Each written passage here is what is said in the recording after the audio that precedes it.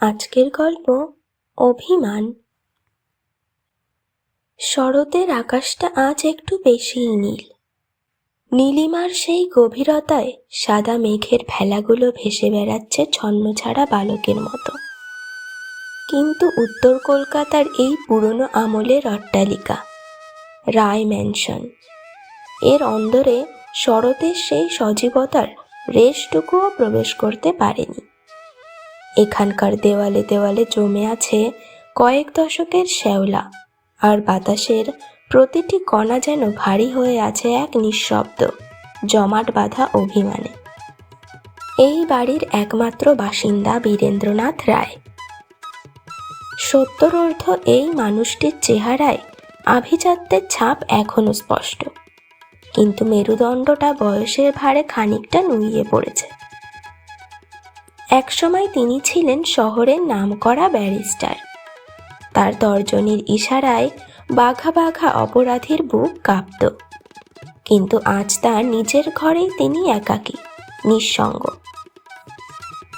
বীরেন্দ্রনাথের এই একাকিত্বের কারণ কোনো দুর্ভাগ্য নয়, বরং তার নিজের তৈরি করা এক দুর্ভেদ্য দেওয়াল, যার নাম অভিমান। আজ থেকে 16 বছর আগে তার একমাত্র ছেলে আবির যখন তার অমতে নিজের পছন্দের জীবন বেছে নিয়ে ঘর ছেড়েছিল, সেদিন বীরেন্দ্রনাথ বলেছিলেন, আজ থেকে আমার জন্য তুই মৃত। এই বাড়ির চৌকাঠে তোর আর কোনো অধিকার নেই। আবিরও ছিল তারই রক্ত, সেও মাথা নোয়ায়নি। এক কাপড়ে বেরিয়ে গিয়েছিল সেই রাতে তার স্ত্রীকে নিয়ে। সেই থেকে আজ অবধি বাবা ও ছেলের মধ্যে আর কোনো যোগাযোগ নেই।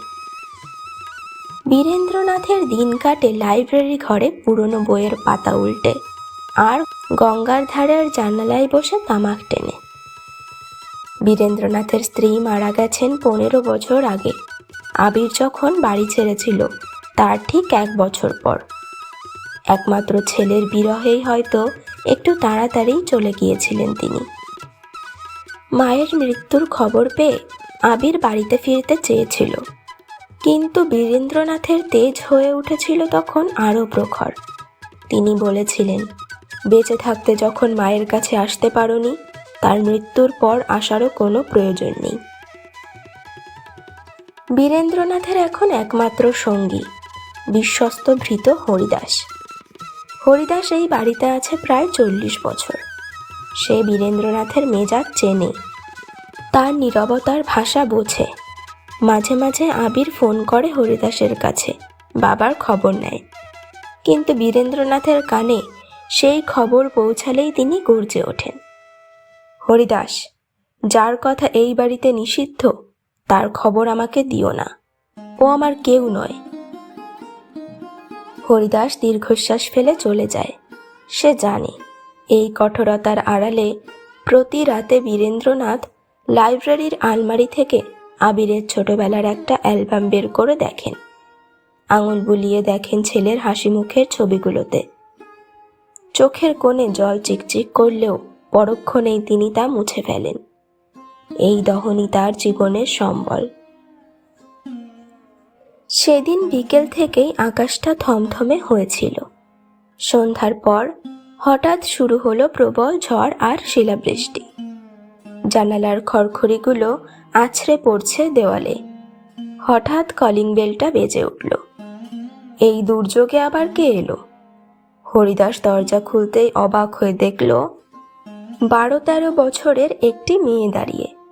ভিজে সপসপে শরীর, পরনে একটি সাধারণ চুড়িদার, হাতে ছোট একটা ব্যাগ। মেয়েটি কাঁপতে কাঁপতে বলল, আমার নাম রাইমা, আমি আবিরের মেয়ে। হরিদাস স্তম্ভিত হয়ে গেল। সে দ্রুত মেয়েটিকে ভেতরে নিয়ে এলো। ড্রয়িং রুমে বসে থাকা বীরেন্দ্রনাথ চশমার ওপর দিয়ে তাকালেন। রাইমার মুখের আদল অবিকল তার মৃত স্ত্রী অলকার মতো। সেই একই চিবুক, একই তীক্ষ্ণ নাসিকা। কিন্তু বীরেন্দ্রনাথের হৃদয়ের বরফ সহজে গলে না। তিনি কঠিন স্বরে বললেন, তোমাকে এখানে কে আসতে বলেছে? তোমার বাবার ঠিকানা কি ভুলে গেছো? রাইমা মাথা নিচু করে বলল, বাবা হসপিটালে দাদু, লাস্ট স্টেজে। মা মারা গেছে 3 বছর আগে। বাবা আমাকে বলেছে আপনার কাছে এই চিঠিটা পৌঁছে দিতে। রাইমা ব্যাগ থেকে একটা ভিজে খাম বের করে এগিয়ে দিল বীরেন্দ্রনাথের দিকে। বীরেন্দ্রনাথ হাত বাড়ালেন না, তিনি কেবল শূন্য দৃষ্টিতে বৃষ্টির দিকে তাকিয়ে রইলেন। তার ভেতরে তখন ঝড়ের চেয়েও বড় আলোড়ন চলছে। রাইমাকে ওপরের ঘরে থাকার ব্যবস্থা করে দিয়ে বীরেন্দ্রনাথ নিজের ঘরে ফিরে এলেন। সারা রাত তিনি জানালার ধারে বসে রইলেন। টেবিলের ওপর সেই চিঠিটা পড়ে আছে। তিনি বারবার নিজেকে বলছেন, কেন যাব আমি? ও তো আমার ত্যায্য পুত্র, ও আমাকে অপমান করেছে। কিন্তু তখনই তার বাবার কথা মনে পড়ে গেল। তার বাবা বলতেন, বীরেন, একজন মানুষের সবচেয়ে বড় পরীক্ষা হলো তার কর্তব্যের সামনে নিজের অহংকারকে বিসর্জন দেওয়া। বীরেন্দ্রনাথ ভাবলেন, আজ যদি তিনি না যান তবে ইতিহাসের পাতায় তিনি একজন সফল ব্যারিস্টার হিসাবে থাকলেও একজন ব্যর্থ পিতা হিসাবে চিহ্নিত হয়ে থাকবেন। আবির ভুল করেছে, কিন্তু সেই ভুলের দণ্ড কি এক নিষ্পাপ বালিকা পাবে? রাইমার ভবিষ্যৎ এখন কার ওপর নির্ভর করছে? হঠাৎ তার মনে হলো, তিনি তো আইনের মানুষ। আইনে ন্যায্যতা বা ইকুইটি বলে একটা কথা আছে। তার নিজের রক্ত আজ বিচারের কাঠগড়ায় দাঁড়িয়ে। আর বিচারক কে? তিনি নিজেই। ভোর হওয়ার ঠিক আগে তিনি চিঠিটা খুললেন।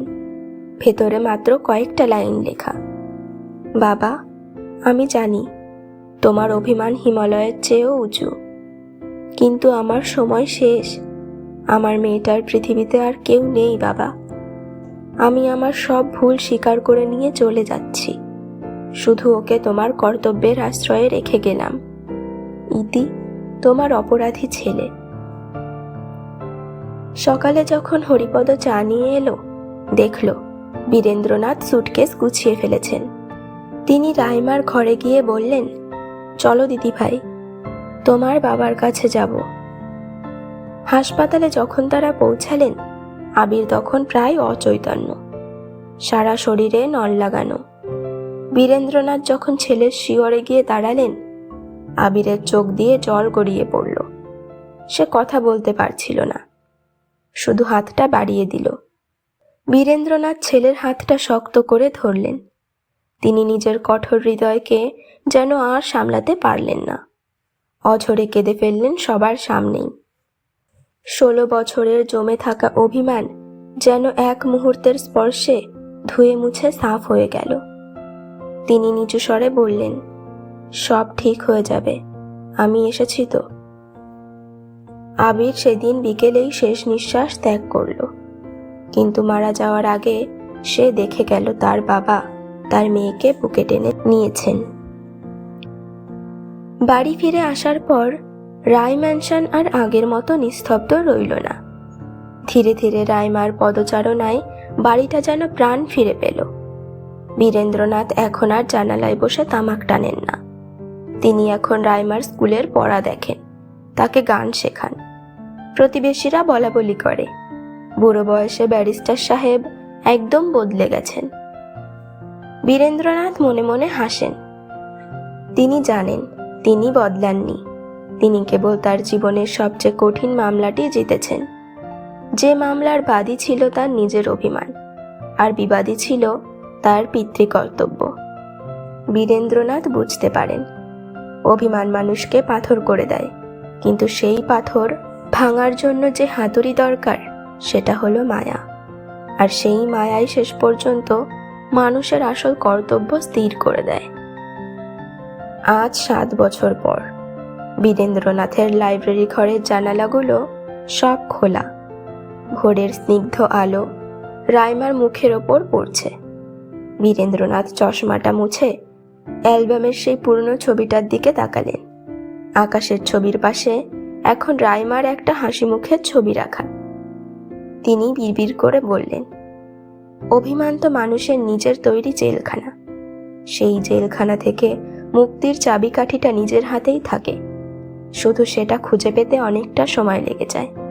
বাইরে তখন শিউলি ফুলের গন্ধ ম ম করছে, পুজোর ঢাক বাজছে দূরে কোথাও। এই প্রথমবার বীরেন্দ্রনাথের মনে হলো শরৎ সত্যিই খুব সুন্দর। তার জীবনে দীর্ঘ প্রতীক্ষিত কর্তব্য পালন করে তিনি আজ শান্তিতে নিঃশ্বাস নিচ্ছেন। অভিমানে হারানো সময় ফিরে না এলেও কর্তব্যের টানে খুঁজে পাওয়া নতুন জীবনের আনন্দই এখন তার বেঁচে থাকার পাথেয়। গল্পটি থেকে আমরা শিখতে পারি জীবন খুবই সংক্ষিপ্ত, কিন্তু মানুষের অহংকার বা অভিমান অনেক সময় সেই জীবনকেও বিষাদময় করে তোলে। একমাত্র ক্ষমা এবং কর্তব্য পালনেই জীবনের প্রকৃত সার্থকতা খুঁজে পাওয়া যায়।